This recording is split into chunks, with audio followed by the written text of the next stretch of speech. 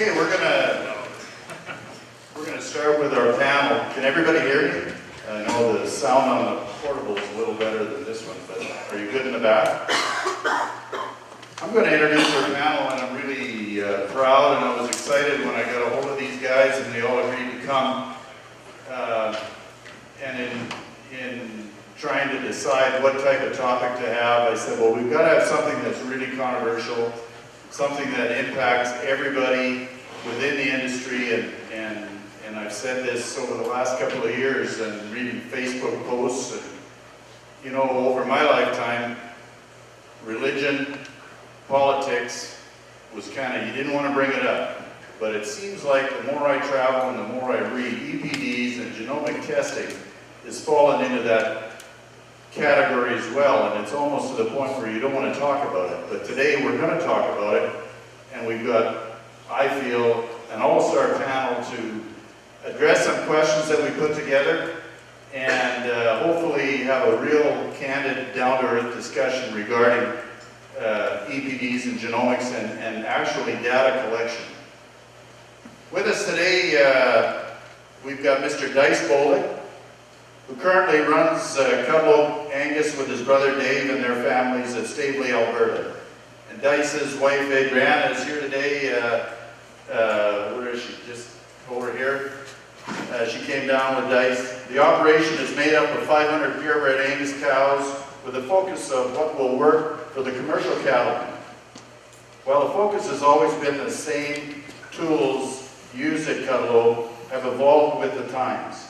Today, every female in the herd has ultrasound data, DNA data, and has been selected using all the tools in the toolbox.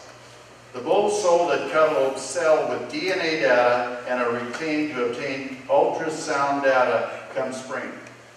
The focus is to produce phenotypically sound cattle that excel not only in their environment, but also on the consumer's plate.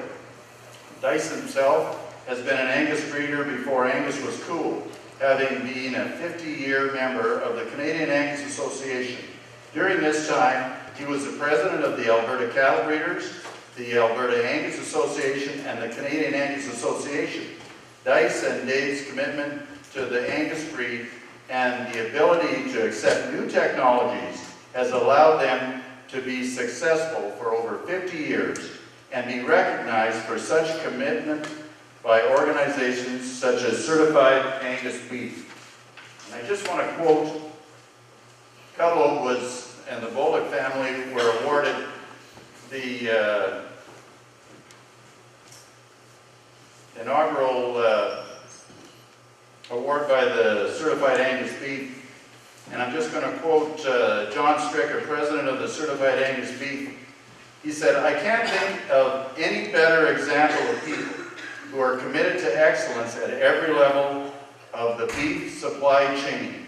And I think that's quite a compliment to be paid to any one of us here, and certainly we're very privileged. Would you please welcome Mr. Dice Bolick.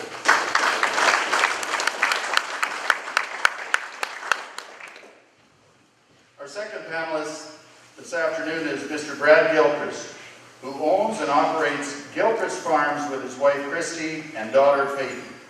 Brad is the fourth generation to live and operate the farm at its current location just north of Lucknow, Ontario.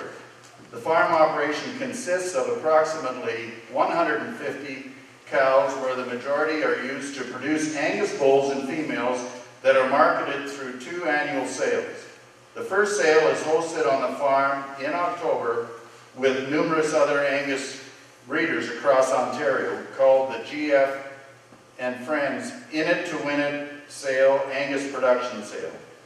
The second is a bull sale held on the first Saturday in April, located at the local auction market in Hanover, Ontario.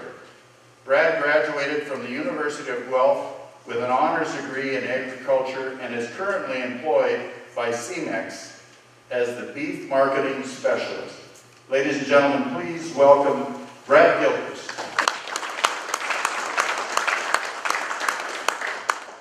Our third panelist this afternoon is Mr. Nathan Spickler. He, along with his wife Emily and family, operates Spickler Ranch South, raising registered Angus cattle near Glenfield, North Dakota. Nathan is a graduate of North Dakota State University, where he received his BS in animal science. Upon completing his degree, Nathan continued in the family seed stock business, hosting an annual production sale the first Monday in May at their ranch. Spickler Ranch South will be offering 120 yearling Angus bulls and 90 open yearling Angus heifers in their 2019 production sale held the first Monday in May, which will be May 6th this year.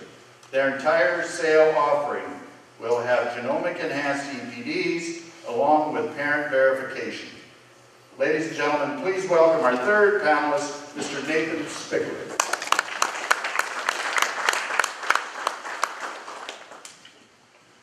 I don't know if you guys want to sit down at the table and as you answer the questions, you can stand with the mic.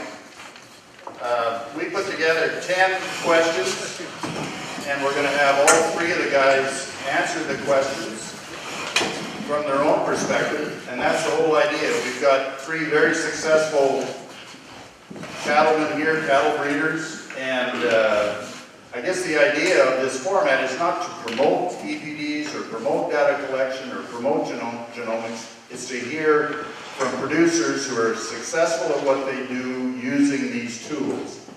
And I think the added bonus is having Brad on the panel. I phoned Brad just the other day, and when you phone him, you always ask him, where is he? Because you don't know if he's in Ontario or in Uruguay or in Europe, and this time he was in Montana. But I believe, Brad, and I'm going to say this, he looks at more cattle in 1 year than all of us put together in a year, for sure, and maybe twice as many. So there's a lot of valuable visual experience, and I think just an added bonus to have him on this panel. So the first question that we've got, and Belinda has it on here, and use this question to sort of introduce yourself and your operation and explain to the audience here. When were you first introduced to EPDs, and when did they become an integral part of your business, or when did they become an important part of your breeding livestock? Dice, did you want to start? Did we want to start at this end and just work our way through? Yeah, okay. I guess EPDs came to us in the early 90s. We felt we had to do something different to set ourselves apart from the rest of the industry, and so we looked at acquiring new genetics from the United States, and we also used some genetics there at home from Alberta. I remember we purchased a bull calf with a 70-pound birth weight. We bred our heifers. We'd never C-sectioned an Angus cow in our lot in the time since the late 60s when I bought those first 3 cows. One day we C-sectioned 3 heifers to get the calves out of those heifers out of this 70-pound birth weight bull. David and I said that, as we talked about that summer, we said, you know, we're going to find us a bull that will calve easy on that. So we went to Stevenson Angus Ranch, Stevenson Basin that fall in '97. Specifically looking for a bull that was going to have a birth weight EPD that we could use. We purchased Stevenson Rainmaker's 360G that day. He had a minus 1.3 birth weight, but he was an ET calf, actual birth weight of 94 pounds. So, you know, we took him home, bred them heifers, 72 pounds on average birth weight on the calves. Those calves went on to be, I know some people sitting in this room purchased Rainmaker 630G calves.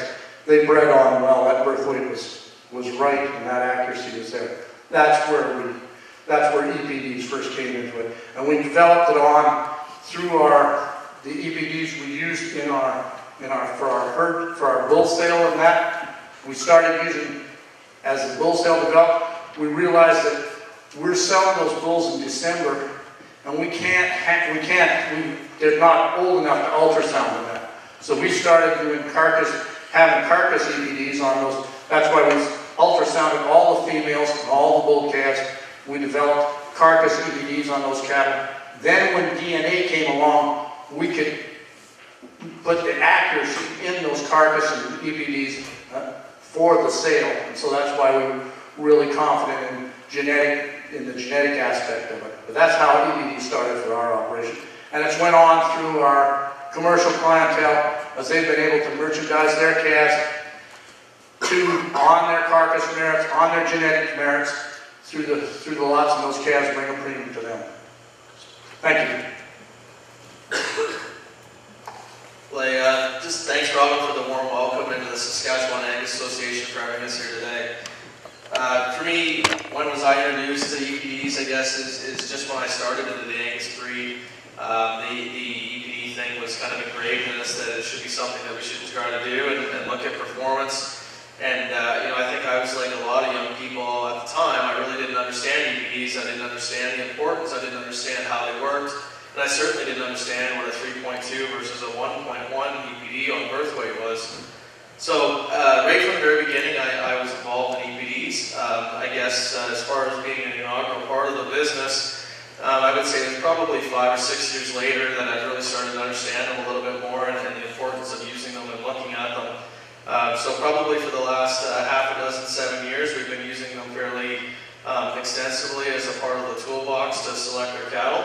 And yeah, I've been involved with them ever since the beginning though. Well, when I headed north today, it was raining, and I'm glad to be in Saskatchewan, but my first image of Saskatchewan was a picture I took of the Welcome to Saskatchewan sign and lots of snow.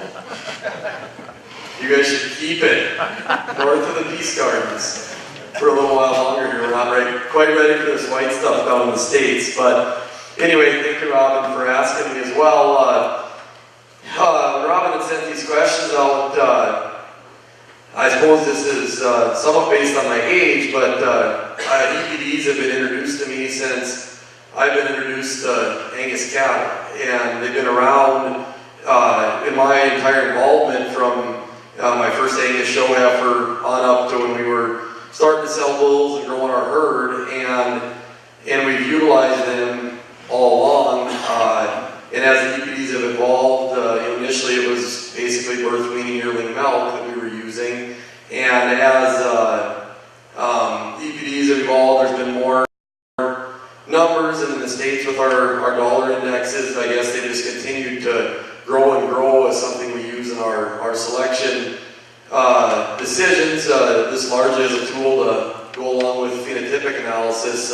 EPDs have been vital to us all along.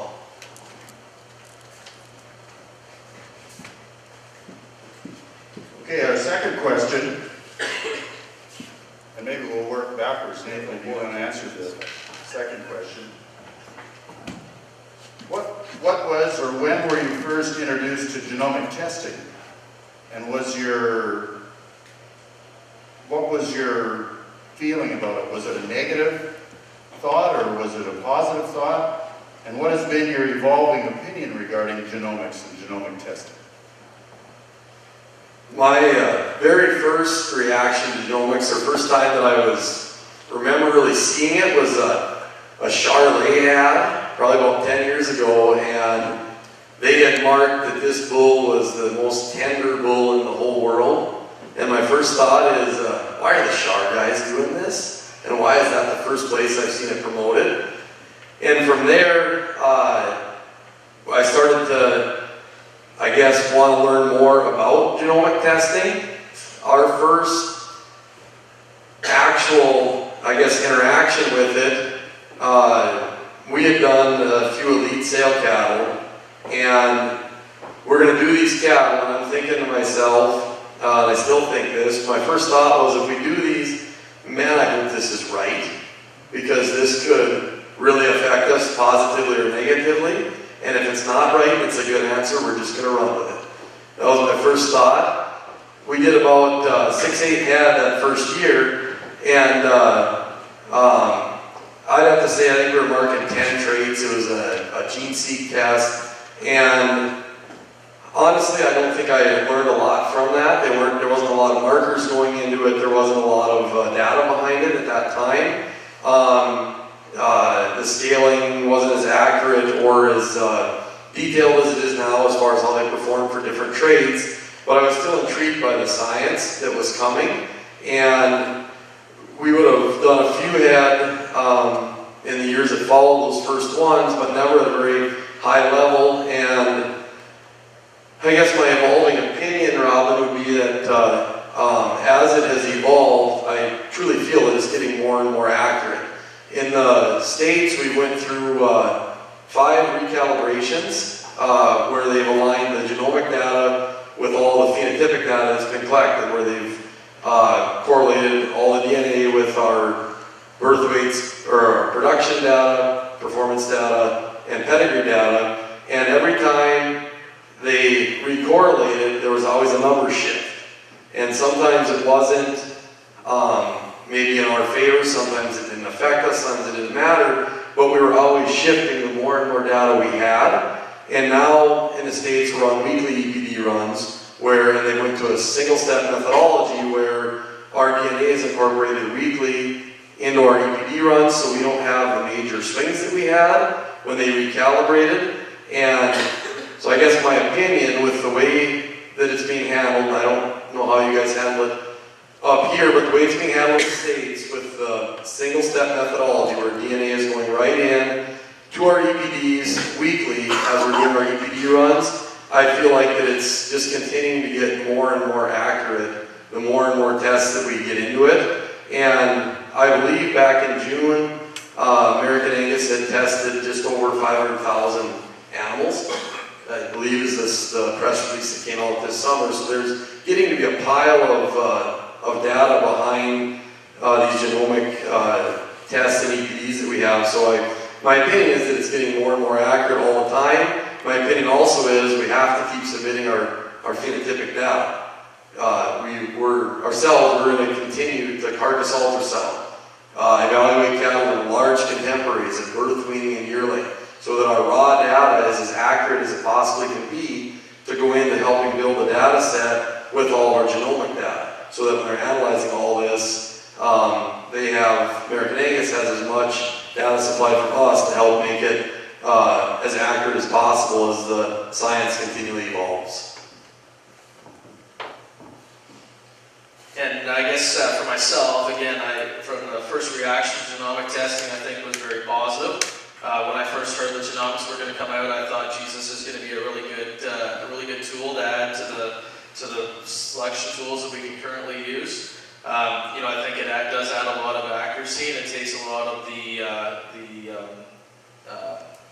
information that can be used a little differently, subjectively, I guess you should say, out of the equation. But again, I want to make it very clear that I think genomics is a very good tool. And any tool is really difficult to use by itself. So to me, for me, looking at genetics and then how they evolved in genomics, I think it's very important that we look at phenotype, we look at some cowboy sense, what works for you, what works for your customers. I think we can use genomics as a tool to try to get to what we need, but again, we want to keep that in balance with the phenotype, with the individual performance. We want to look at the pedigree and pedigree estimates on where they're telling us that this animal is going to go.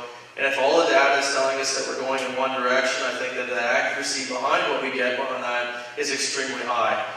If we've got conflicting stories coming from the different tools that we have in our tool belt to use, that's when sometimes things start to get a little bit astray. And the nice thing about EPDs is it incorporates all the tools into that EPD.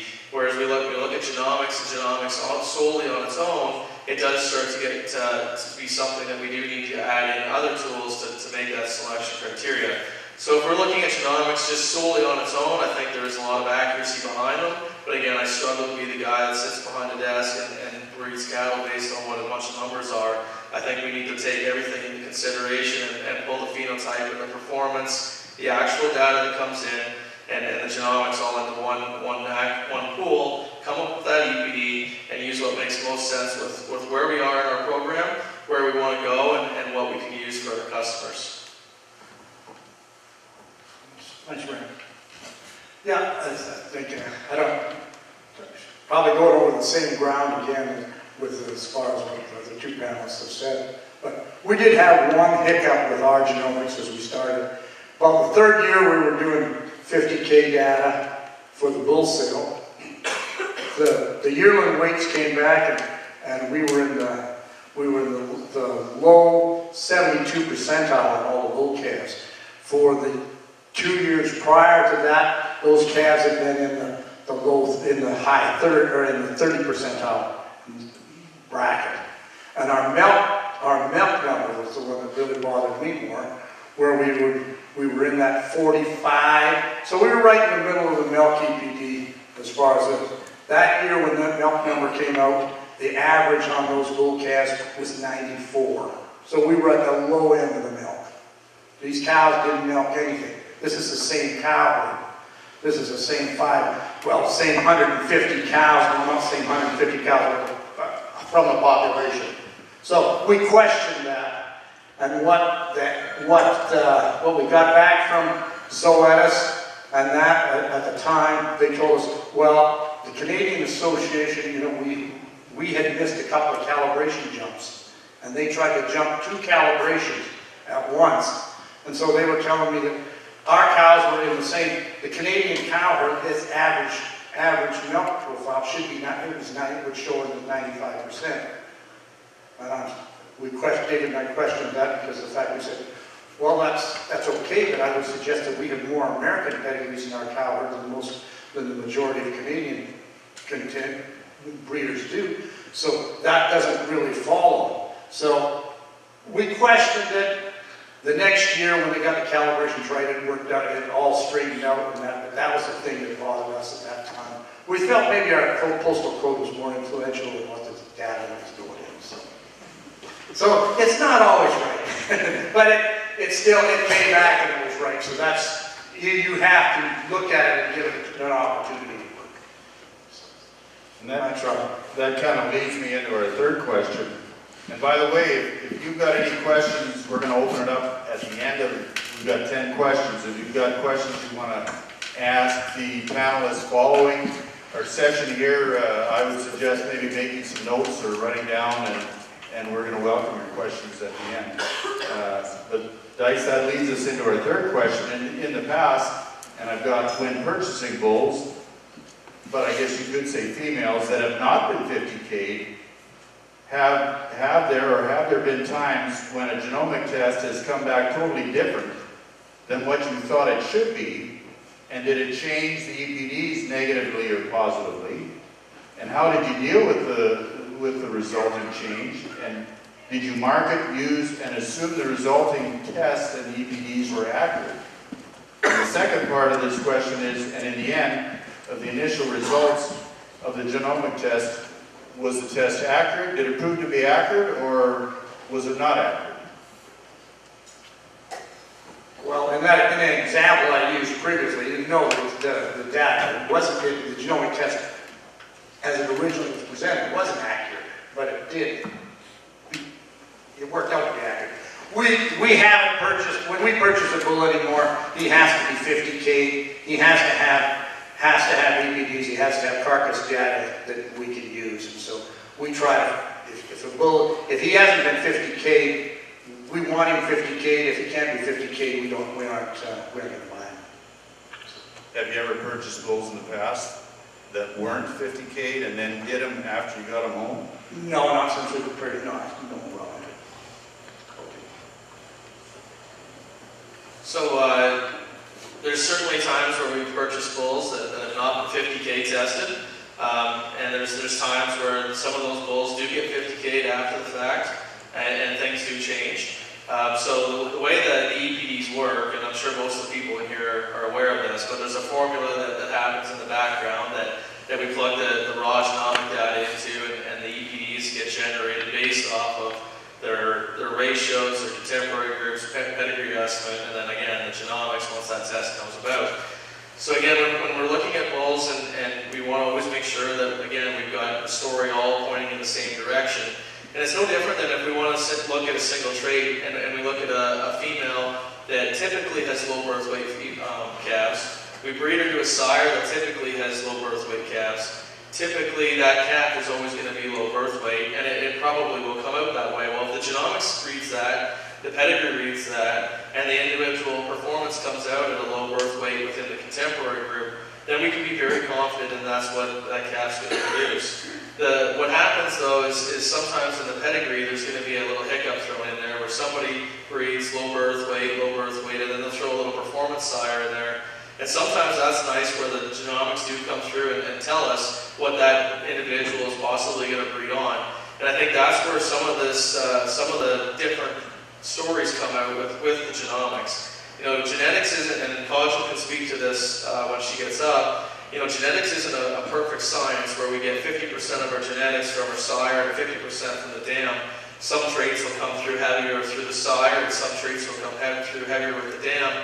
And I think that's where when we start throwing these pedigrees together that maybe don't all breed as exactly the same that we're trying to get, that we'll end up with a genomics telling us a different story than what we maybe see in person.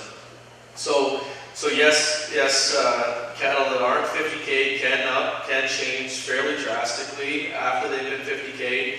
And again, to me, it's all about the bigger picture and all about the story behind that animal on why we are where we are with it. And after the 50K, that does sometimes give you a little bit better idea on what he's going to breed and what his genetic makeup is to breed on. And, my answer to this question is going to be a story about was not a purchased bull, but we had a bull a year ago that was supposed to sell in our sale, and we had done LO density test with gene seek on him, and he was a 91-pound birth bull, and he was a 2-3 birth EPD. He's at the front end of the sale, and he was a pretty good calf. We'd had a fair bit of interest in him. He got dinged up. We couldn't sell him. Well, July 7th of last year, and I guess after the sale, he got healed up, and I turned him out with cows. July 7th of last year, Angus, in the States, we went to our single-step evaluation of genomics with performance. This bull's birth EPD changed again as the newest update of our DNA. He went to a 5-1 from where he was at. And I thought to myself, man, I hope all the cows are AI in the pasture that he's in, if he's really a 5-1. And I also thought, I am really glad he didn't sell through our sale and bring what I think he was going to bring if he's a 5-1, because I would have had some stuff to explain the next spring. Well, anyway, we got into late March, started getting our pasture sire calves. We were getting calves out of this bull, and it was crazy. I mean, they were running heavy birth, and I'm thinking, they don't have his birth high enough. And when it got all said and done, we turned in the ratios on our birth weights this past June on the whole calf crop. He moved up to a 5'8", and he bred commercial cows in North Dakota this summer. I sold it. Anyway, that's a case where in July when he went to a 5, that was our absolute most accurate DNA data available, and I would have been really happy to have known that when he was in our sale, because he wouldn't have worn the lot tag he was wearing, and I would not have promoted him as such. And that's now the DNA base we're pulling off of, is the single-step methodology with hopefully the most accurate data. But that's a case where it was very accurate and very beneficial to know where he's at. And on the flip side of this, another bull we sold, is when we decided we're going to DNA test all these bulls and parent verify them, and I had done enough research that I did believe in the science that was available. One of our pretty large commercial customers wanted to buy some full brother heifer bulls, and we had a bull that was he's a 94 birth ET, cavities direct to 13 minus 1/8 after his DNA. So this guy, they run quite a few cows, and they calve on grass, and he cannot have problems. And he wants to buy this flush of bulls, but there's one with a 94-pound birth weight. And that was the best one. And I told him, he will work. And I'm thinking, oh, please let this test be right. I said, it'll work, or I'm going to blame it on neighbor's bull if it doesn't work.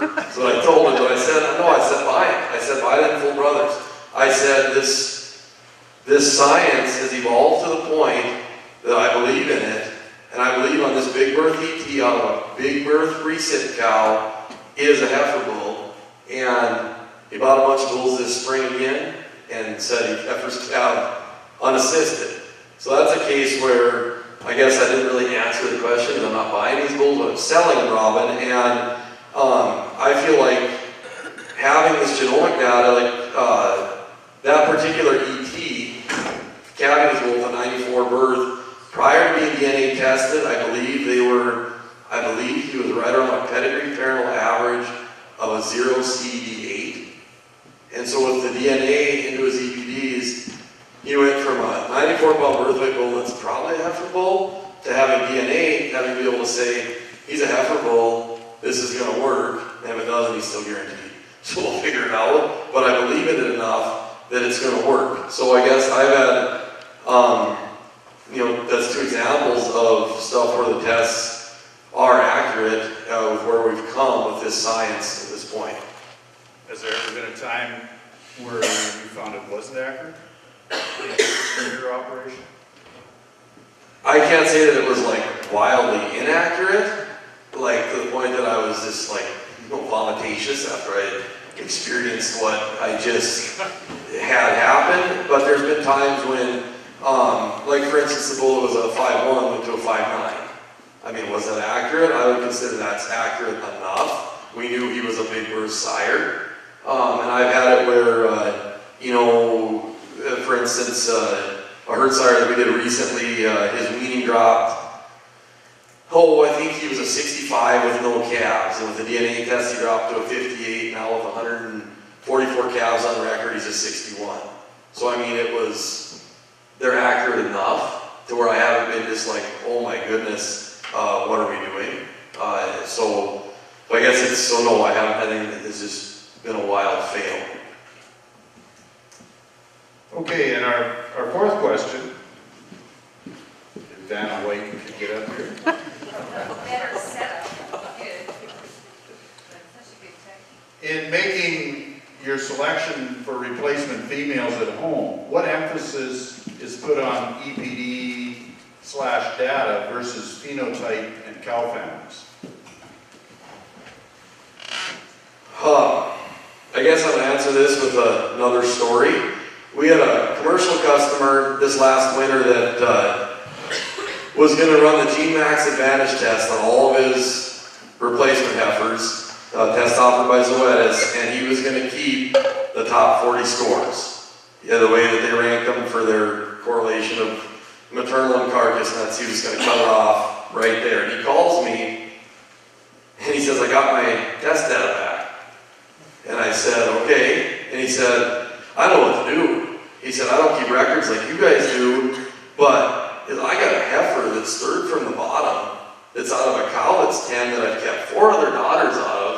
Can she really be that bad? I mean, he was just like worked up, like how is this possible? And he goes, what would you do? And I said, I would keep her because she's out of a proven cow. You know the cow's track record. Don't cull her solely based on a DNA test. And the same goes into our own keeping heifers. We don't cull stuff because they have a bad DNA test. If they're out of a cow family, pedigree, cow line that we want to propagate, I use the DNA knowledge to mate them accordingly. Like if I got a heifer that just tanks for marbling, I'm probably not going to breed her to bullets in the 90th percentile for marbling. I mean, that's a case where phenotype, cow family history, and pedigrees that we want are still paramount. The DNA I use it as a mating tool when it comes to selecting our replacement females.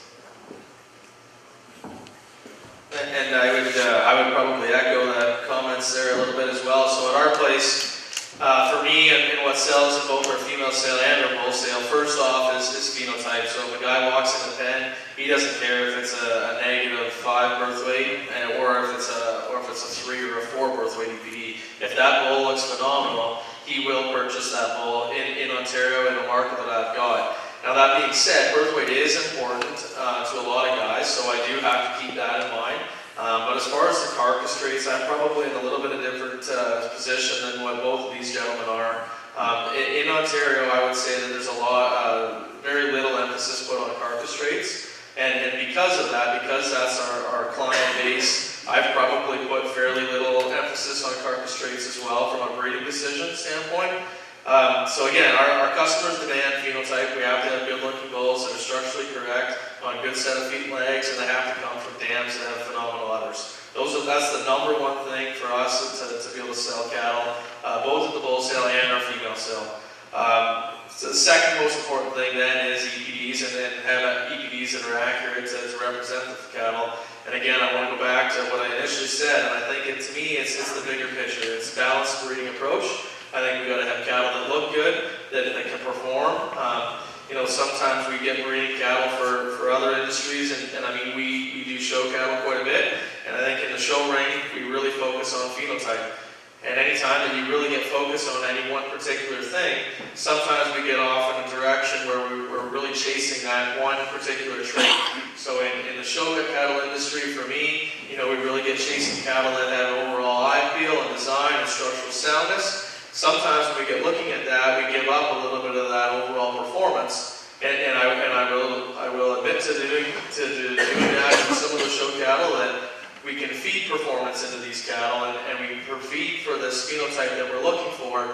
And that's easy to do in the show ring. It's easy to take and win the banner with. But at the end of the day, when we've got a 5-year-old cow, and that 5-year-old cow has to produce the next generation of females and bulls, that doesn't always cut it.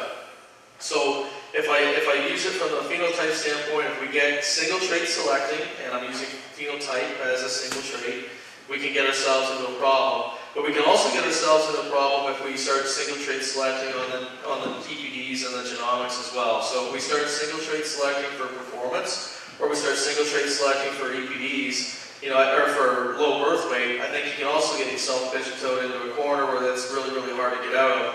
And that's where I want to back up and say everything that we try to do is a balanced breeding approach. So we do want to use EPDs. They're not the sole thing that I'll select replacement females on, but it is definitely one of the tools that we will use to help balance out the whole equation. Thanks, Brad. Our heifer selection is that we try to place equal value on all of the traits that we can do. So we will run an EPD sheet, and when we're sorting through those heifers, we're looking at that EPD. We're also looking phenotypically what she does, and cow families. That thought still goes back into it. So that's how we select them heifers. We're selecting them heifers out of 125 to 150 heifers when we're selecting those heifers. Last year we kept 48 heifers. We scanned those heifers and DNA'd them after we did the selection. So we didn't have that DNA data or the scan data when we selected them. But when we got that scan data back, the average IMF on those heifers was a 7.4. I'm not sure what the rest of the EPDs, but we were using that. They have to be above breed average on all the rest of their EPD data, or we aren't going to use them. So that's how we run we select ours. And we have to have some carcass data because our clientele are demanding carcass data from us. Okay, Dice, the next question, you kind of sort of answered the first part of it. And the question reads, when making bull purchases, do they have to be genomic tested? Do they have to be ultrasounded for carcass data? And what if the bull has all the right data and numbers, but doesn't phenotypically match? Is it usable? And would you ever buy or use a bull that is flawless in type and kind, but it has a substandard genetic profile? Why or why not? Well, we all get a raft of sale catalogs come springtime or fall. It's this deep coming in the post office. I leaf through those catalogs, and, I can see the pedigree, I can see EPDs. Can't see that bull, but I can see those numbers. So if there's a pedigree I like and his numbers are likable, I think about, well, maybe I'll go look at this bull at the sale on that. If his numbers aren't there and that I can't see him, so I'm not probably going to, if he's phenotypically perfect, I'm not seeing him, so we probably don't go look at him at that sale. But anyhow, so when we get to the sale, that bull, and more often than not, that bull that has those great numbers and that pedigree, he's maybe not the most pleasing bull to look at. Well, that doesn't, we aren't going to buy him either if he doesn't have the phenotypical part to work. We want these cattle to be you know, they have to be pleasing. They have to have some thickness and muscle in them, and that along with the rest of it. So he has to look the part. He has to have the numbers, and that's how we're going to buy him. If he doesn't have those tools, we aren't going to buy him. Okay, so I'm going to maybe answer this on a three-tiered approach a little bit just off of what we just talked about in my last answer. So I think it really depends on what you're trying to do and what you're trying to accomplish. So some of our market segment is selling the odd show heifer here and there. And I do have some cow families and I do have some pedigrees and individual females that we will mate, we'll flush, and we will try to produce some show heifers for that. And in that regard, we don't really worry about genetics and genomics, and it's more about the pedigree that's behind it, it's more about the cow family that's behind it, and it's more about what that individual bull looks like structurally and what I think that bull can breed on. To me, a lot of the emphasis on that is past record, what that bull's done in the past, what I've seen in the past, and how I think that bull can help breed and match with the cattle I've got. Now on the female side of the standpoint, when we're looking at for our female production sale and females that are going to raise bulls for us, we do place a lot of emphasis on cattle that have been genetically tested, cattle that do have good EPDs. And when I say good EPDs, I'm not talking bulls that are in the top 1% ranking for specific traits. I'm talking cattle that are, again, balanced breeding approach. I like cattle that have above average EPDs, but they don't need to be exceptional or rank in the top 1%. Again, I think sometimes when we get trying to breed cattle that are that top 1% ranking, we can pigeonhole ourselves a little bit in other aspects of it. So I want to see cattle that are, again, really good phenotype, have some performance, individual performance to back it up, and EPDs that are herd improving EPDs, not necessarily top 1% ranking. You know, I think if we look at bulls that are, let's say, 170 yearling weight EPD, and we compare that to a bull that's 120 yearling weight EPD, well, on paper, that certainly sounds like a really big spread. But if we look at it in actual fact, it's only 50 pounds difference at yearling weight. And if that 50 pounds can be made up in having a structurally correct animal or an animal that's got a little more internal dimension or muscle shape and bone about it, then it gives that overall eye-appealing look. You're going to make up more money on the phenotype side of it than you will on the 50 pounds that female is going to be able to generate at a yearling age. So to me, again, it's knowing what your customers want, knowing where your customers are coming from and what's going to best benefit their program. And for me, the phenotype is king, but at the same time, you got to balance that with some performance and again, balance it with all the traits that there is across the board.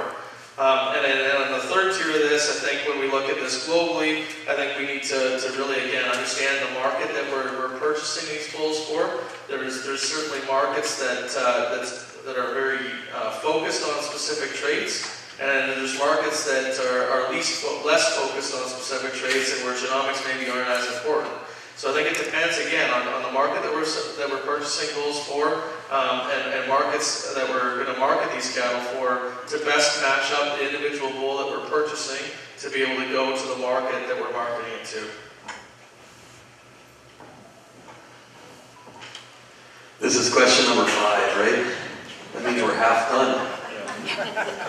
It's a big question, Robin. There's multiple question marks within the question. So to start off with, do the bulls need to be genomic tested and they have carcass data? Last winter, first of all, I love the internet because you can look at catalogs everywhere. And I don't know if that's an addiction, but I would say I'm cringing on it, that I spend a lot of time looking at sale catalogs online. I found a bull that I was just was losing sleep over because I liked him so well. Wasn't DNA tested, they don't scan. And he was a smaller contemporary. And I wanted to make it work so bad. I would talk about him, I would look at his video. And at the end of the day, he's one of those calves that was kind of on the fringe on birth weight and kind of not quite enough growth for what I wanted. And I finally backed away, and I thought to myself, if they would have spent $37, they would have gained someone that would have bid a lot on that bull. And he was one of them bulls that he was like a 2-birth. I wouldn't have cared if he was a 3.5, but I would have liked to have known that going into it. Or if he went to a 0.5, or if he stayed in the 2. And if he'd been scanned, it would have given me a little more validity to his carcass data. So, I mean, I've bought bulls before that are not DNA tested, but it's getting to the point, I feel like now, for our deal, where the DNA data is accurate enough that I really want them done, because it helps eliminate some risk. And the test is not that expensive, and I know I mentioned to a breeder one time that I really wasn't as interested in his bull as I was making it seem, but with the social setting, I asked him a lot of questions about the bulls. I was somewhat interested, and I told him, you really should consider DNA testing, even these top 5 bulls. Well, I don't want to do that. What if it, wrecks his, some of his numbers? And I'm thinking, what if I buy him and his numbers are bad? What's worse, not selling him for a lot and having someone buy him and find out that it didn't work, or the other way? And anyway, so I'm not going to say absolutely that they have to be genomic tested, but I think they pretty well do. But I won't say absolutely that we would have to do that. And as the question evolves, as far as right data and numbers, type doesn't match, then kind of as the other guys have alluded to. I know in the northern tier of the states, I think it's the same way as you go up this way, phenotype is still a huge sorter of cattle. There are cattle sold in other parts of the states that maybe would have better numbers than some cattle in other parts where the phenotype maybe varies some and they seem to get along better with it. But I think in these northern tier markets, the commercial guys still sort cattle extremely hard on good type. And whenever you use a bull with substandard genetic profile that's really good, well, I got a couple home raised pasture bulls that fit that bill, so that's a yes. And they're on really good cows, and they're cleanup bulls. And I know that their daughters will probably be really good, but their performance profiles aren't that good. So I guess in the right setting, I would use a bull that's good type, that's going to sire good looking calves, even if he doesn't have maybe the absolute best carcass data or performance data. I just use him where he fits. And it's really easy to do if you raise him. It's easier to justify that than buy him.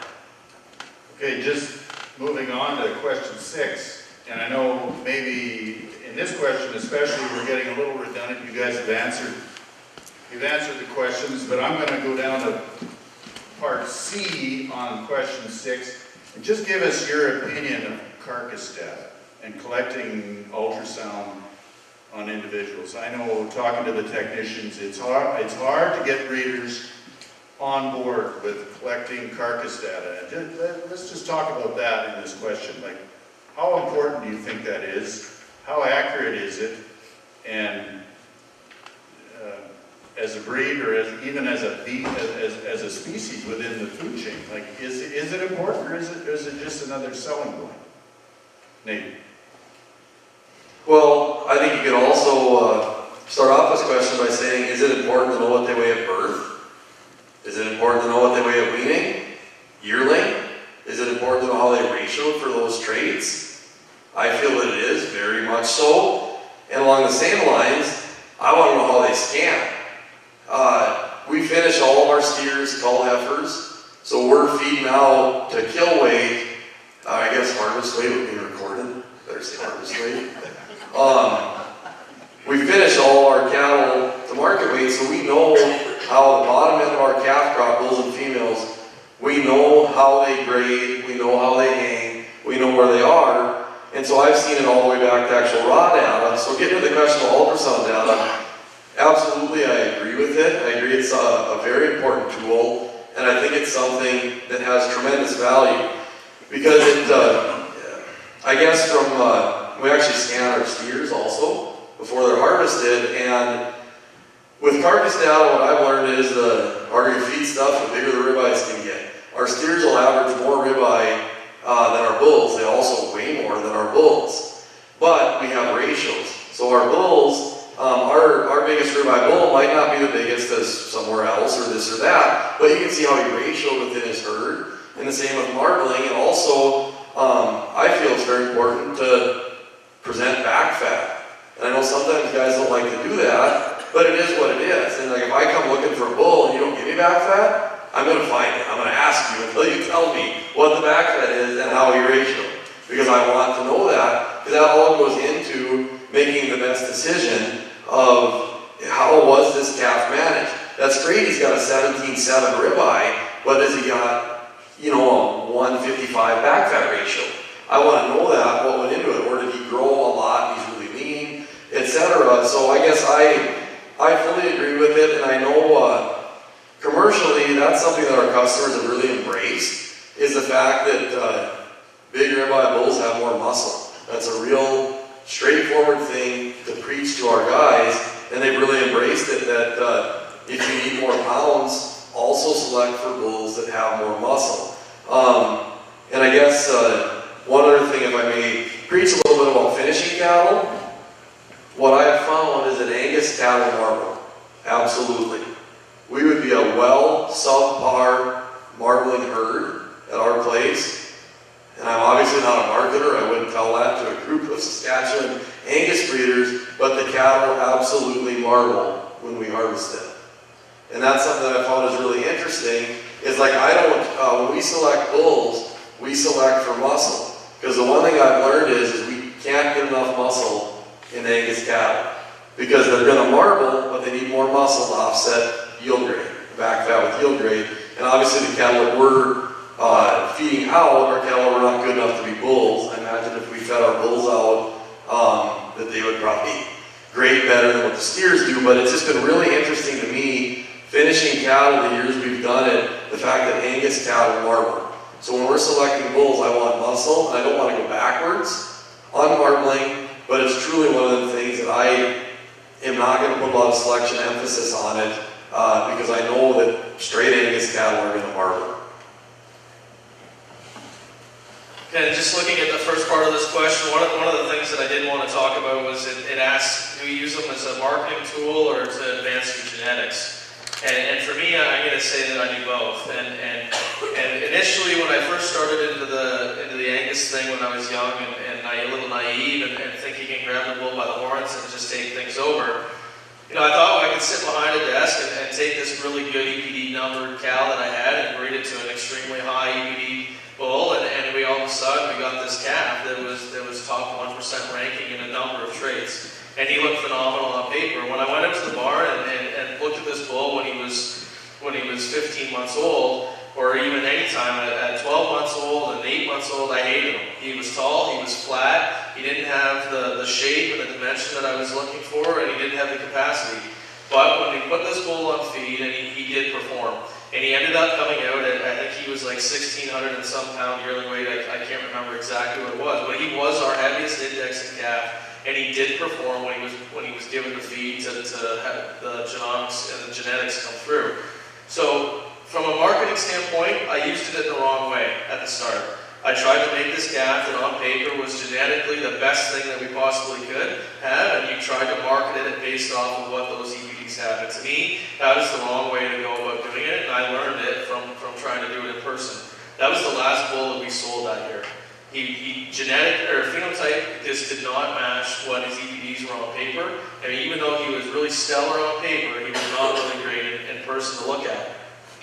Today, I use EPDs to market cattle as well. But the nice thing about me marketing EPDs right now to cattle or to people in different countries around the world is that we have a fantastic team at CMAX, and it's led by Dennis Sirienko, our sire analyst, who uses all the possible data that he has at his disposal to purchase bulls, to purchase them that are going to perform the way that they need to perform in different markets. So he gets feedback from everybody at CMAX, and he takes that feedback and to find out what we need in different countries and in different climates in different countries is really the biggest determining factor. So he takes that data, he purchases the bull that he thinks is going to best fit what we're looking for. So we're not necessarily making breeding decisions to make the bull that's going to fit a different climate or a different market, but we are, once we've purchased that bull and we feel that he is going to be a very good fit for that market, we will help market that bull based off of his EPDs. And to me, I think that is a very good thing to be able to market cattle based off of that, because we've already did the background information and the background research to make sure our phenotype lines up, make sure we've got really good dams behind these bulls, make sure that we've got good feet and legs and sound structure, make sure the bulls perform in person the way that they are supposed to perform, and then they have, again, the EPDs and the genomics to back it up that all tell the same story. And then again, I think the other side of this, though, is to use these as advancing your genetics. I think what I'm trying to say, as far as marketing them to different countries, that is advancing the genetics in that country for the better. So for instance, what maybe works in Kazakhstan or Russia or Brazil, where we're really high on grass-fed diets, doesn't necessarily work in the US and Canada, where we have a really easily accessible starch diet, or diets that can access corn, and really high energy diets for these cattle.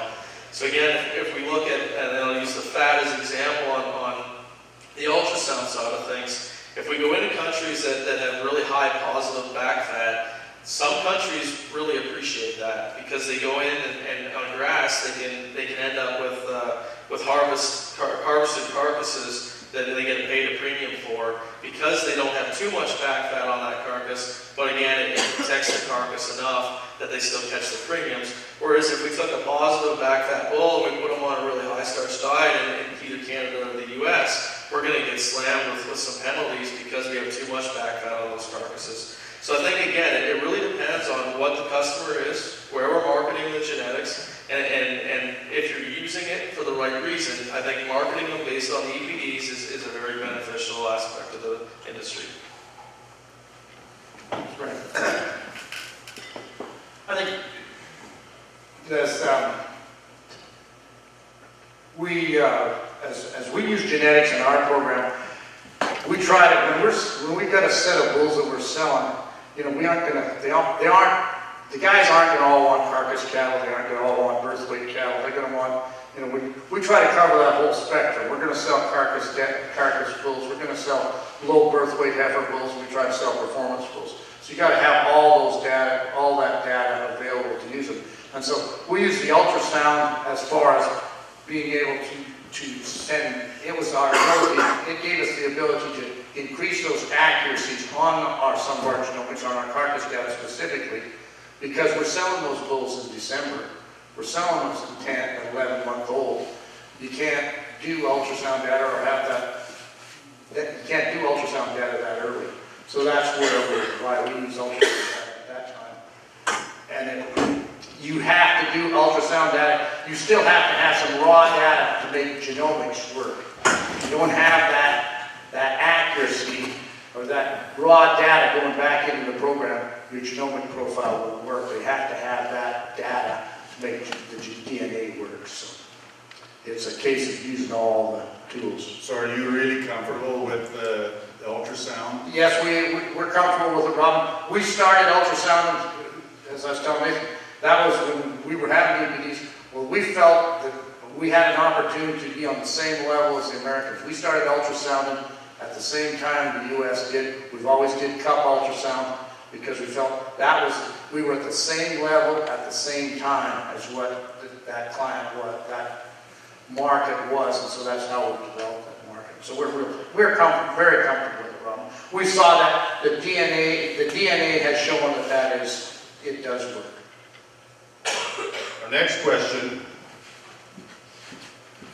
is, what would your response to fellow breeders and cattlemen who are A, skeptical about the importance of EPDs, B, feel that genomic testing is a money grab by the association, and C, that all testing and data collection is really overkill and is too much for the commercial industry to absorb? Well, I'll go through these. Response to fellow breeders, skeptical about the importance of EPDs. Well, I don't think you can vaccinate for them, Robin. I don't believe that's possible, but maybe. they're another tool in the toolbox. You gotta use all the tools in the toolbox, and that's what we feel. So EPDs are a tool in the toolbox. I think they should be used. It's a tool that, it's not something that's there, but it's a tool that can be used, so it gives you a chance to, it's another avenue of advancing your program. I wish I could do my DNA testing for $37. Our 50K down, yeah, well, maybe it is, but I don't. Move to America. Oh, we can register in the US, yes. There is exchange. Don't sell more. There is exchange. Yeah, we do have a smaller dollar, we have to remember that. So, no, I don't feel it's, you know, I mean, I guess it's the cost of doing business is what it is, and that's what it is as far as that part of it is the cost of doing business. And, where are we? It says all data collected too much for the commercial industry to absorb. I think the commercial industry, true enough, there's probably more gentlemen or more people in at my age than there is younger people, but there's not young people sitting in this audience, so I feel pretty comfortable about that as far as that. But it's that younger generation, it's that next generation that's coming along, and they're demanding more data and using that stuff. You know what I mean? It's no different than that tractor or that combine they're running, you know what I mean? You know, you don't have to drive it down the row anymore, down the road. It's going to drive itself down there. And in 10 years, you aren't even going to have to be sitting in the seat. It's going to drive itself down there. This is no different, that importance of data collection and EPDs. It will advance just as much as what the technology is in the rest of agriculture. So, to skeptics, I guess, about the importance of EPDs, I think it's all about who your market is. So if you've got a market where there really isn't demand on that EPDs, then I personally don't see there to be an argument. You know, if you were to come up with me and say, you know what, Brad, I'm doing just fine economically without looking at EPDs, and our customers are extremely happy with purchasing cattle that don't have EPDs or have very poor EPDs. I'm not here to tell you that you're doing something wrong. I think if you've got a market for it and you're doing an exceptionally good job with it, I will not argue it with somebody to talk to them about using EPDs. If you're struggling in the industry and struggling to make a statement and struggling to make ends meet, and maybe EPDs is one thing that you're not looking at, I would suggest that you take a look at EPDs and the importance behind them, and again, we have to use them in the correct way. So again, about the genomic testing and the money grab by the association, certainly our genomic testing up here is fairly expensive. I won't hide behind that at all. Again, though, I do think it's something that if we want to add value to our cattle and give a product to our customers, I do think it's something that we need to do, and it certainly helps increase the accuracy and helps sort out the odd time where a shortfall can come and a little bit of a disaster. You know, all of us have had a sale, and there's certainly things that come up with selling live cattle, and we have to stand behind those things that come up, and this just helps alleviate some of those problems that we have to stand behind in the future. So the less problems you can alleviate up front, I think is always a good thing, and for the cost of it, like I said, it is expensive, but I think it's when we look at it in the bigger picture, I think it's something that we need to do. And again, back to the commercial man absorbing it. I think it's the exact opposite of that, to be honest. To me, I think if we start selling cattle that don't have genomic testing, don't have good EPDs, don't have good pedigrees and cow families behind them, I think we're making the commercial man absorb a lot more. If we went out and just did a shotgun approach, and all of a sudden we've got some cows that have bad udders and bad feet, and we have maybe great EPDs or great something else that we're pushing on them, to me that's going to be a lot bigger burden than trying to put all the tools that we possibly can into a good package. So I think it's, to me, Rob, it's the exact opposite of this, that if we don't do everything that we possibly can, I think to try to make the commercialman be able to put food on the table for its own family, I think it's our own duty to make sure that we're doing as good a possible job that we can with the females and the bulls that are behind the bulls that we're selling to the commercialman. Make work best for them. And again, there's always going to be things that come up that are out of our control, and I think you just do your best to stand behind that and make it right where possible. But if any tools that you have available to you, I think personally we need to be utilizing them to best make it better off for the commercialman. Well, along the lines of the first part of this, the skepticism about EPD's importance, I kind of view that as they're here. They're not going anywhere. They're part of what we're doing evaluating cattle. And you can be skeptical if you want about their validity or their accuracy, but they're here and they're here for you to use. So it's your choice if they fit, kind of as Brad alluded to, but if you're getting along fine without any selection pressure to have a certain EPD profile, then that's great, but they're here to be used at your discretion and to help, modify your genetics as you can with their aid. Second part of this, genomic testing is a money grab by the associations. I've actually been involved in conversations about that before at our national meeting as well as our state meeting, and someone has to make some money off of selling a test, and there's different people that are involved that are taking a cut off of this, and American Angus is making a little money off selling a DNA test. I'm making a pile of money because American Angus has an accurate EPD, pedigree, DNA profile, so I make a pile of money selling cattle because the data behind them are accurate. So yes, they might make a little bit of money off me, but it enables us as breeders to make a pile of money selling them because what our associations are doing for us is helping us sell the product. And so if American Angus makes a little off me, that's great, because of them, I get to do what I get to do. So that's my answer to people that want to say, they're just making money off us. Yeah, they are, but you get to make money off of them. And you're making money at your exponentially at what you can because you have the paper and their data behind you. So for the people that are skeptical about the associations making money off of the tests that we're turning in, that's my answer is it's all part of the system, and the American Angus Association it's a service organization, member driven. I'm a member. They're working for me, and yes, they make some money off of me, but I'm able to run our business to the best of our ability because of them. And the fact that all this testing and data collection is too much for the commercial industry to absorb, they don't have to absorb it. We do, as seed stock guys. We are who needs to understand it because we talk to them.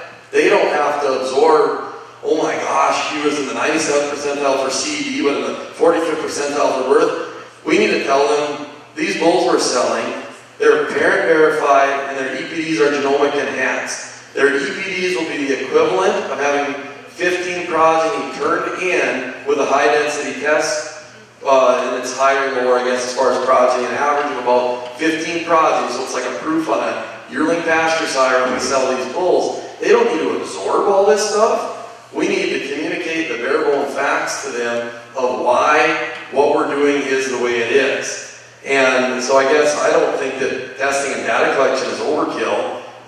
It might seem like it to us, but that's what we are doing as breeders. We need to absorb this. And and if we want to kick out as good a product as we can, all this testing, data collection, and understanding of it is our job, I feel like, as breeders, to take that in so we can communicate what makes our business work, the commercial cattleman. Question number 8 is, as a producer and an industry leader, what advice would you give the associations on how they could improve the disconnect between members and the association regarding all performance-related information? Looks like I'm up again, holding the mic still, Robin. Like what advice would you give the association to improve the... Well, for 9 years, my wife and I were the secretaries of the North Dakota Angus Association, and so we dealt with meetings such as this, putting it on, and also dealt with fielded a lot of questions, some that were kind of humorous in hindsight, and some, anyway, it's really interesting, the array of stuff that comes to you when you're a state secretary, because some stuff we can't answer, we can't understand, but we also were liaison between us and St. Joe, where American Angus is located, to try to communicate some of the state concerns And one of the biggest things that we voiced to our leaders in St. Joe is get out and talk to us. Come to the state meetings, put on webinars, put on seminars, and American Angus has been very good, I know in North Dakota, about sending people. We had an incredible genomics presentation last year that really quelled a lot of the murmurings amongst the crowd. Because ahead of the meeting there was a lot of murmurings, and afterwards there was a lot of understanding. And it's a case where, and I guess and that was the intent today with understand Kajal is you're head of your, I didn't pay enough attention to what she's the head of, but the head of your, I don't really pay attention, Robin, but She's a geneticist, the resident geneticist, I call her. she's like a Canadian Dan Moshe. Yeah. Okay. And which is great that she was planning on coming here, but I think that's one of the biggest things the association can do is just communicate with the state, province, associations to be able to help continually educate us. And that's something in North Dakota that we really tried to pull people out of the office, and they were willing to come. They were happy to come out and interact with their members because we are their members. So anyway, I guess that would be my 2 cents worth on that. Yeah, and I'd echo Nathan's comment. I think a lot of it is making sure that we've got some field days and information available for everybody to be able to get the information they need. I'm a big promoter of understanding why we do something. You know, I think once you understand your why and why we're doing this and why we use this and why we're going to use this, I think is a really, really big question. So I think, to me, when I look at EPDs, when I started, I thought, the breed average is a 2 point whatever for birth, and the breed average is a 90 yearling weight EPD, and the breed average is this, and we compare us against the breed average, and I thought that's great, that's all I need to know. Well, to me, the EPDs there's a lot more about it, and I think there's a really big disconnect between the people that know a little bit about EPDs and the people that know a lot about EPDs and the backside of it and how it's calculated, why it's calculated, and then again, that helps you understand, once you understand why it's calculated and how it's calculated, it helps you understand how you use that data and how you incorporate it into your own herd.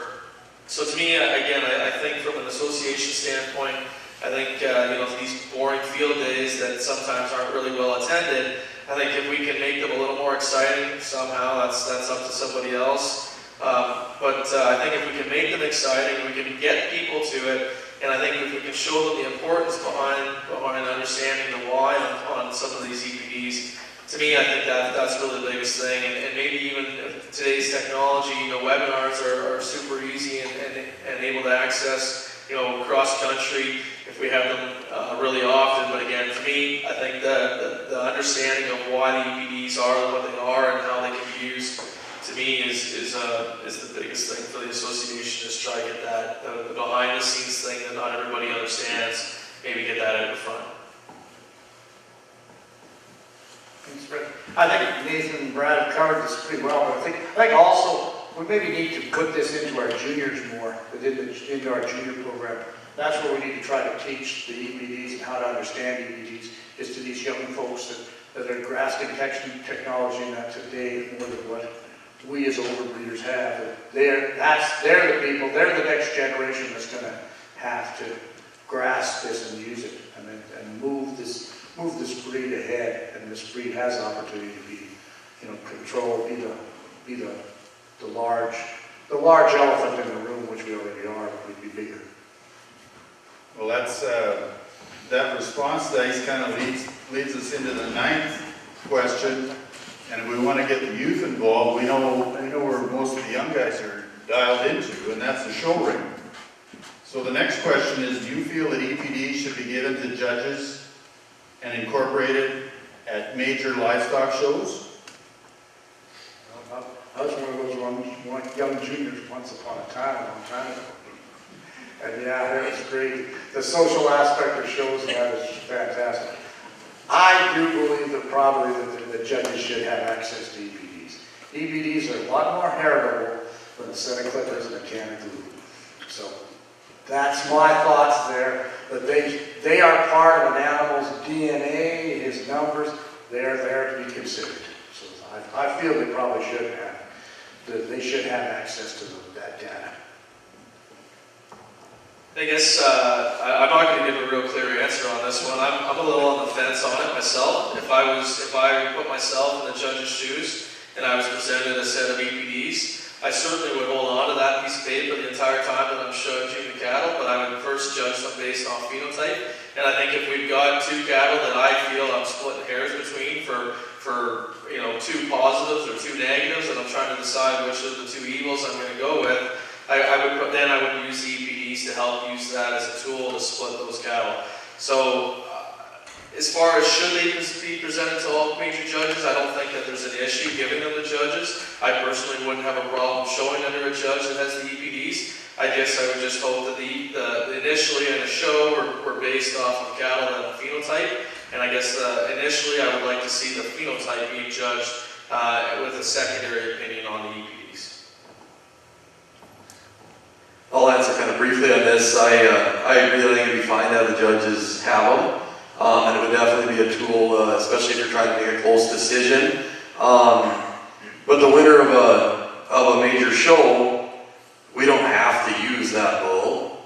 So whether the judge has the EPDs or don't, whether the judge knows he's an 8.3 birth but he loves him, he can still pick him. We don't have to use him unless we need to add lots of birth or something of that nature. I mean, it's not, so I guess I think it'd be fine to have them, and it's up to the judge how they use them, and it's ultimately it's up to us as breeders if we use what the judge used, because those of us that have showed know that every day is a different day. So I guess I'd be fine either way. Okay, our final question, and I think you guys have done a great job in answering and have covered probably, but just in summarizing, why is collecting all this data and information important to your customers? So maybe just reiterate maybe what you touched on, or if you've got something new to add.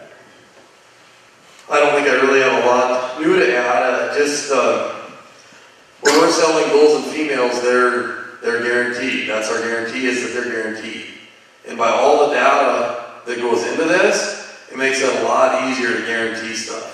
Because we know, starting with even parent verification, every calf that we DNA test, we parent verify.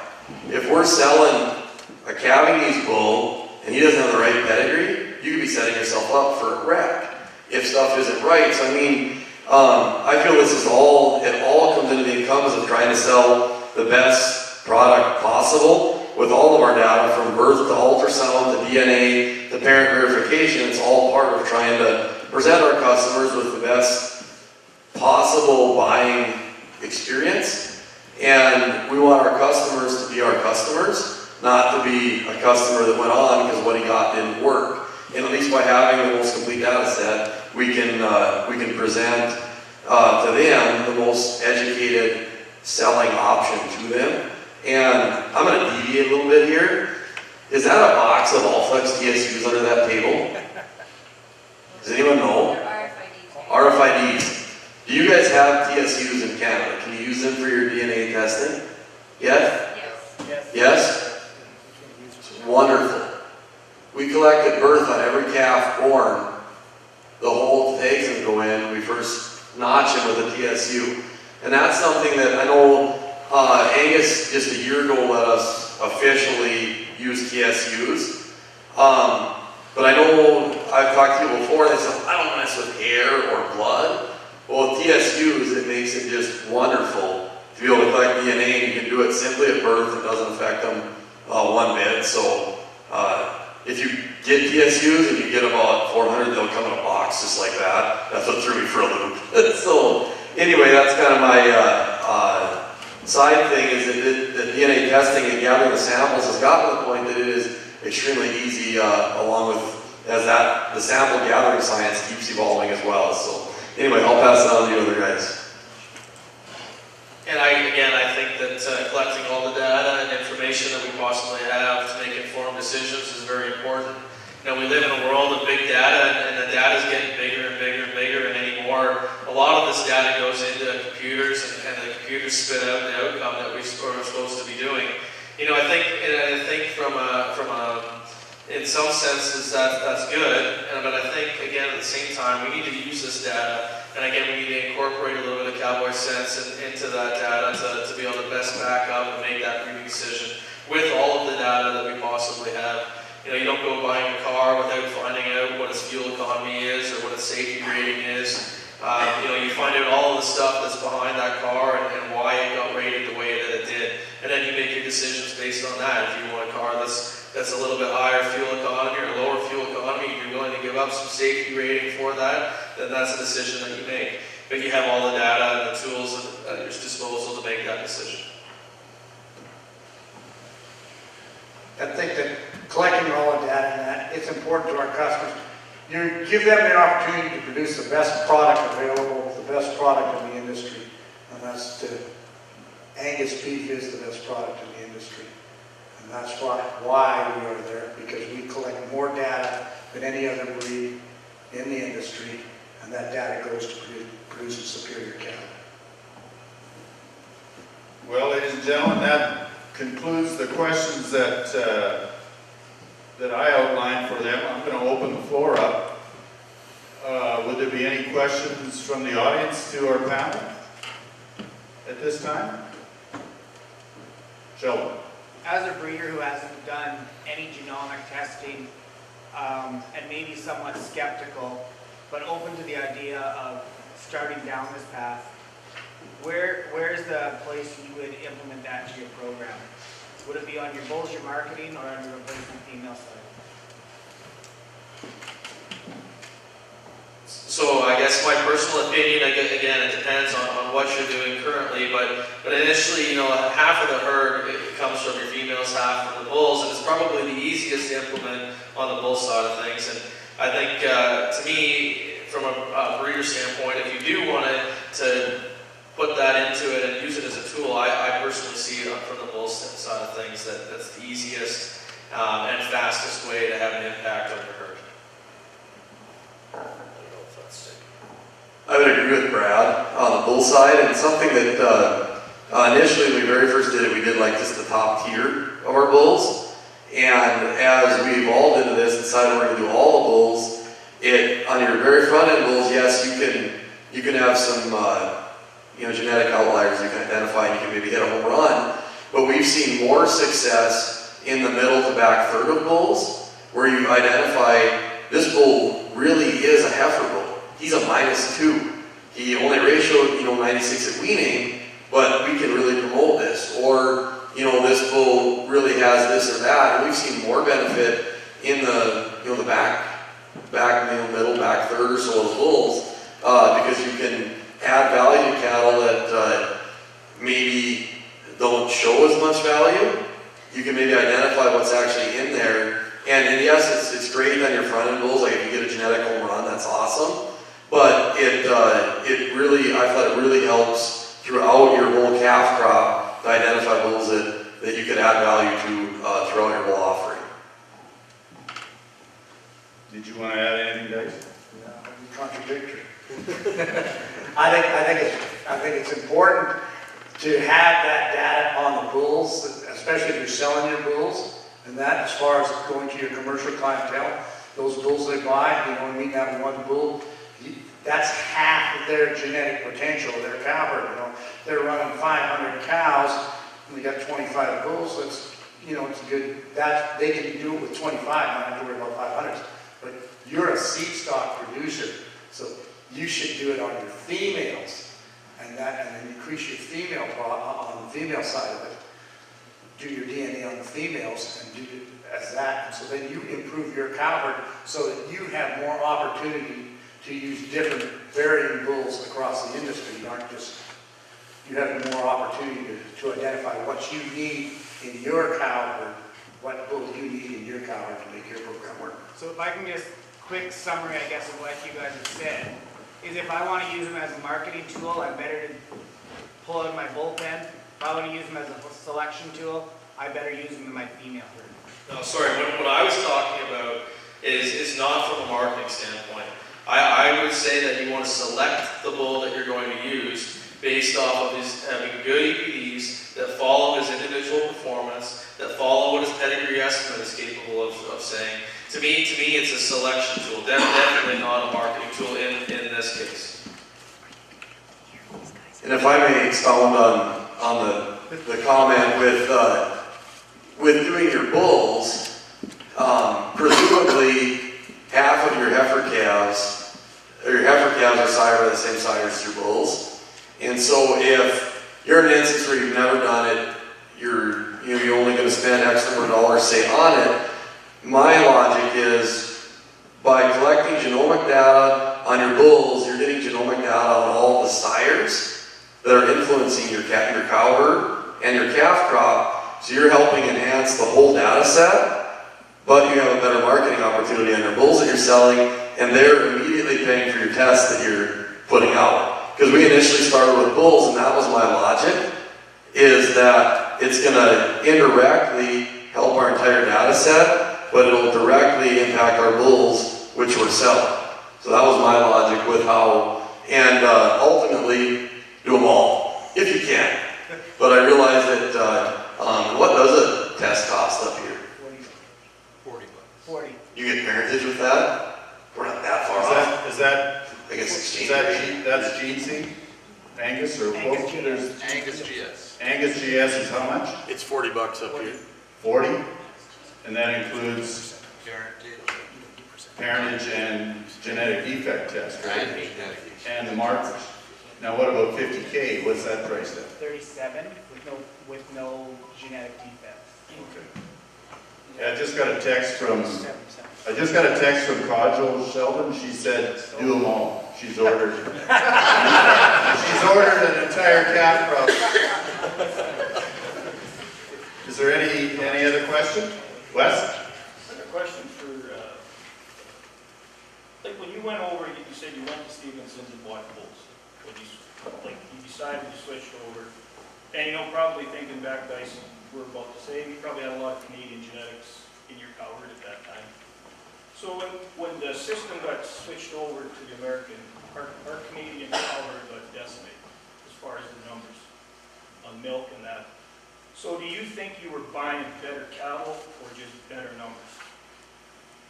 Because I really got a little bit of an issue as far as genetic selection, because we're always looking for the next, we need to continue our genetics, we can't all be using the same bull. And yet we get a lot of cattle that get thrown away. Genetically, I think they're all right, their numbers aren't okay. I think they offer us what we need, good feed, good udders, good dispositions and everything. But because their numbers aren't right, the ag studs ain't gonna look at them because you can't sell poor numbers. Yeah. And I just, you made the switch, you went there and went there. Yeah, you're right, Wes. I think you're right. I think what the problem is the way cattle with no data are incorporated into the database. I feel they came in at a 0. Canadian cattle came in at a 0. I think those cattle, and I believe they're changing that now, I think they come in at breed average. I think cattle have not had, so they come in at breed average, and then they have the opportunity to flow to where they should be. And that's what should have happened back then. And probably from the fact that we were going into the American system, they weren't exactly wanting us. Like, they still run their data with just their cattle. Our cattle do not affect their data. They run their data, and then our data gets ran with their data, and that's how there is still, the numbers are pretty comparable, but there is a slight difference. So I think that's where that is. And I guess, yeah, maybe we were buying numbers. I don't know, Wes, but that's at that time, that's where we could source the cattle that we wanted, that had the data we wanted. And so We had a lot of cows at that time that produced a 700-pound calf, went into that system, came back at 0. Next year, he still had a 700-pound calf. definitely. But I'd like to just comment on that, Wes, and on that situation, because we've got some money in our foundation. We've made money, and there's money for research. So why is it not possible to think of coming up with a solution for these cattle that have no dam,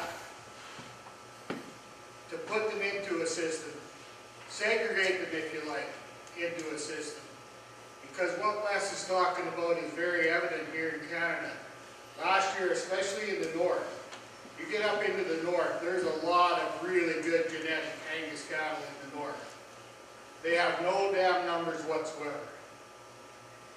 And what I feel is going to happen because of this push for genomics and DNA data and all of the EPDs that we have, which I'm not talking against that, but there should be, with all the wisdom in this house, a way to create a program where those cattle are not lost to our breed genetically. And I think it's damn important that we come up with something like that, because the genetics of some of those good old cattle you're not going to find them with all the new programs that we're pushing for here. You won't find them. And there's no way that you can put them into the system that it is right now, where there aren't going to be anything but low numbers. And it's damn hard whether you're doing all of this stuff because of enhancing your own program, or you're helping your commercial customer, or whatever. They're still looking at the numbers, and numbers that don't breed in comparison to the cattle that are in the high numbers, they don't get looked at. I'd like to see something done somehow. I don't have an answer, and I don't know how to do it, but I've often wondered how they accumulate all the performance information they get from all of Canada and all of the United States, how those programs calculate all those numbers and come up. We've got bulls with yearling weights that are right off the chart. We've got dollar beef numbers and dollar index numbers on cattle in the United States right now that are 200 plus for dollar beef. And you go and look at those cattle, and they're the same kind of cattle as Brad was talking about his good bull that he couldn't sell. And that's an issue. Just on the dollar B thing, again, I completely agree with you on sometimes when we look at these cattle that don't phenotypically look real great compared to the numbers. The problem with dollar B, and this is a little bit of a beef I have with the American industry, but a little bit of the problem to me with dollar B, and it was funny that you mentioned that, to get an extreme dollar B animal, which is an index that takes into incorporation a bunch of different traits, you have to have an extremely high dollar B female and an extremely high dollar B bull that has to index and do well on a variety of traits, and also genomically test well on that to get above and to get up over that $200 B. The problem for me with dollar B, and then again, to me this goes back to the association, the question about what can the associations do. I think we need to understand why and what's in these EPDs and why was this index created. The dollar B index is a terminal index. It's an index that's created for the commercialmen, that when we put these cattle on feed, they will perform and they'll respond to feed, and they'll go out and they'll do well on their low fat scores, and they'll do well on high marbling and good ribeye, and they'll do really good on residual average daily gain and high carcass weight. They're bulls, they're cattle that have a specific set of traits that are very specific to the feedlot and performance and feeding on performance. They're not maternal, and so to get that high dollar B index, we got to have high dollar B females, is what I said at the start.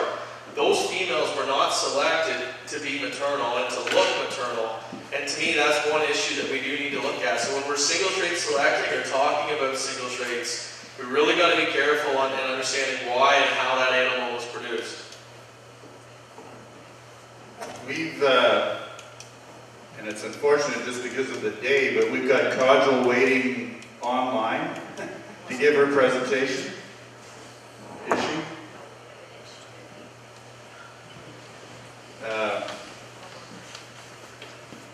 Do we have another question for the panel? Trent?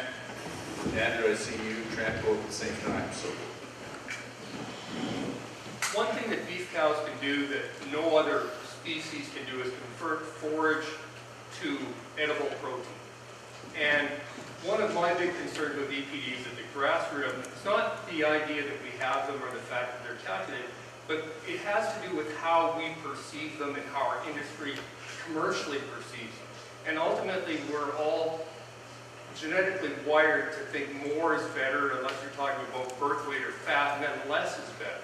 But in reality, some customer that runs in really tough country, it doesn't matter what country it's in, but if it's tough country and cattle have to cover a lot of ground, extreme EPD cattle don't work for them. And yet our industry has consistently discounted those cattle because their numbers don't jive.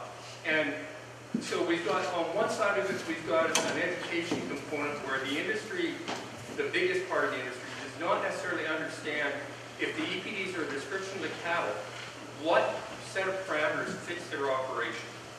Because ultimately, I believe that the cow has to fit first. You can find something terminally to make that work, whether it's in-breed or out-of-breed, but you've got to have the right cow to start with for that commercial producer to be profitable. And that's the basis of where I have an issue with everything that's going in that direction for selection. Is bulls that are of average growth EPDs disappear. Bulls that are average to below average for milk, they disappear. And we lose those cattle because they don't fit the parameters that the industry seems to be seeking. But the reality of that commercial customer is he still needs a damn cow. And that's what I'd like addressed. And I mean, all the other stuff, Nathan made a comment about Angus cattle marble. And I haven't fed a ton of them. We've fed a few. Any results we've seen, it didn't matter what genetic package you had. Fed right cattle marble. And cattle can be managed to marble depending on age, time on feed, depending what the grids, even systems we're looking for. You could feed them differently, put them on different programs to get there at different points. But ultimately, that cow is what determines whether our customers are profitable or not. So how does the direction of the association want to address that in the bigger picture?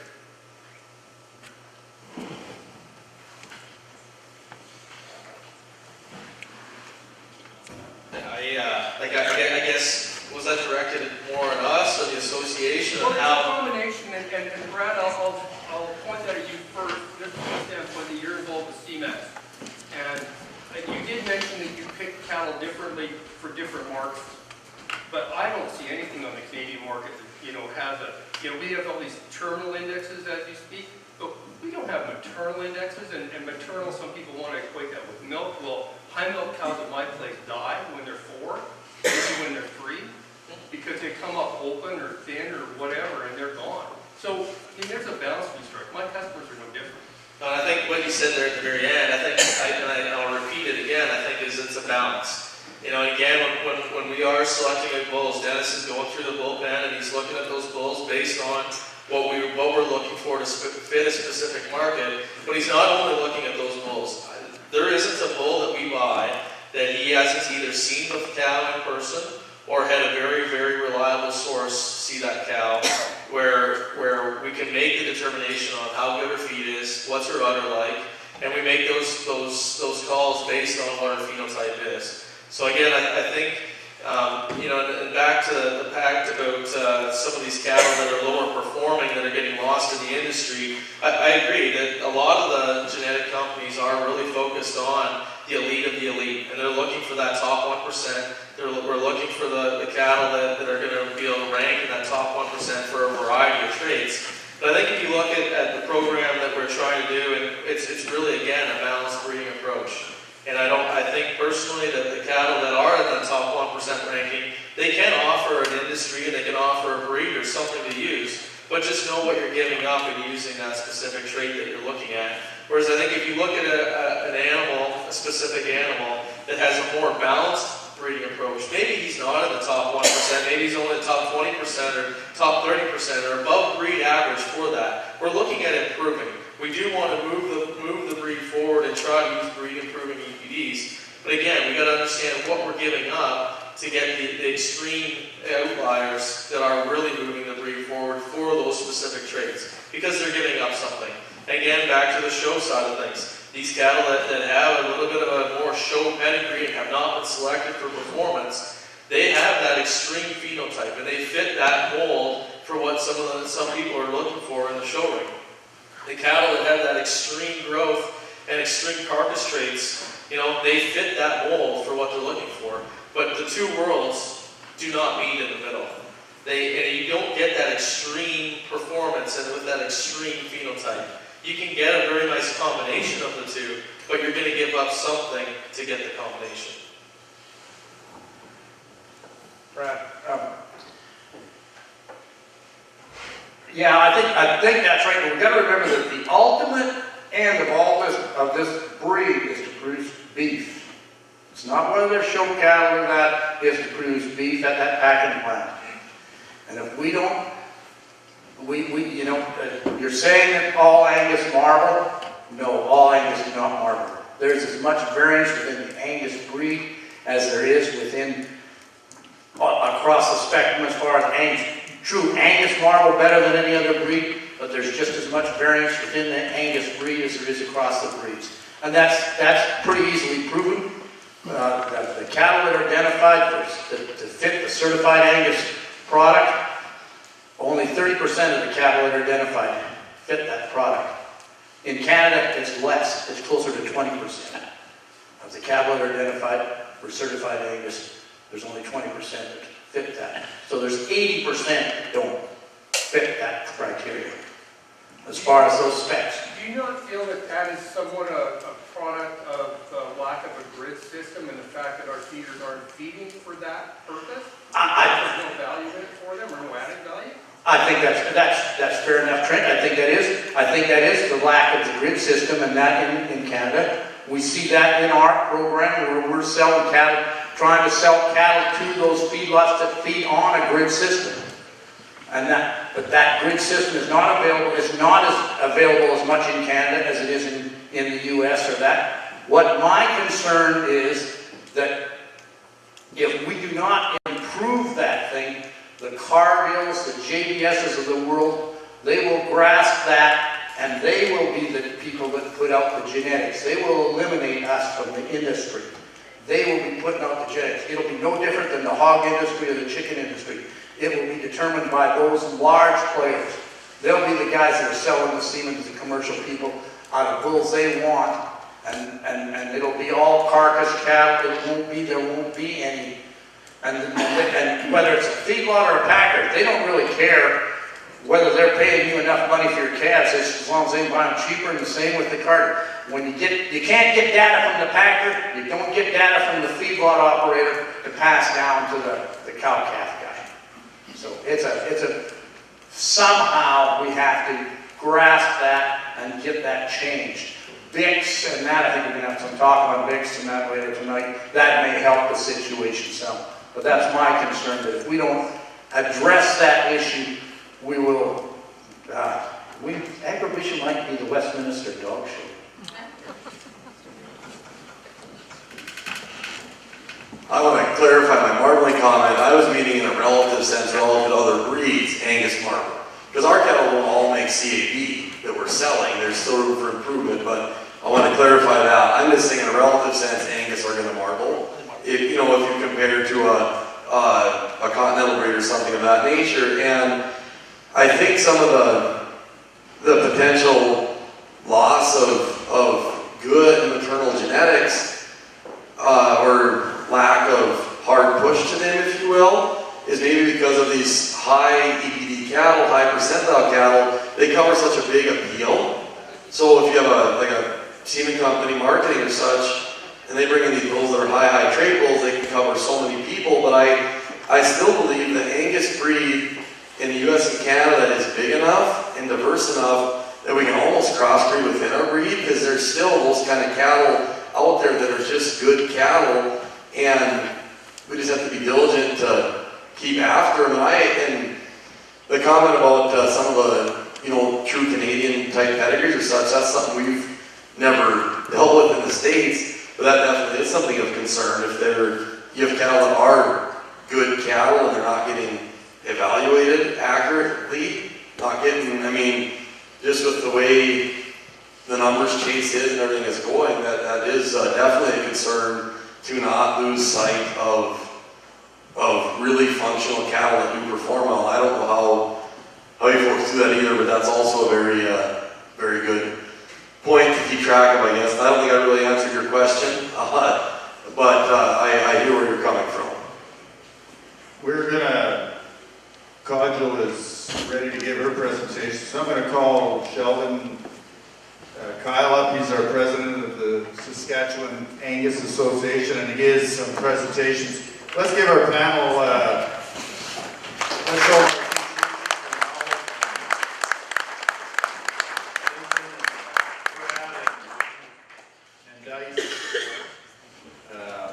We want to thank him for coming down, and they're going to be here the rest of the day, the rest of the evening. If you've got some questions, I had a feeling we were going to go on all night. There was a lot of questions out here, and they can be addressed, but you can visit with them later on.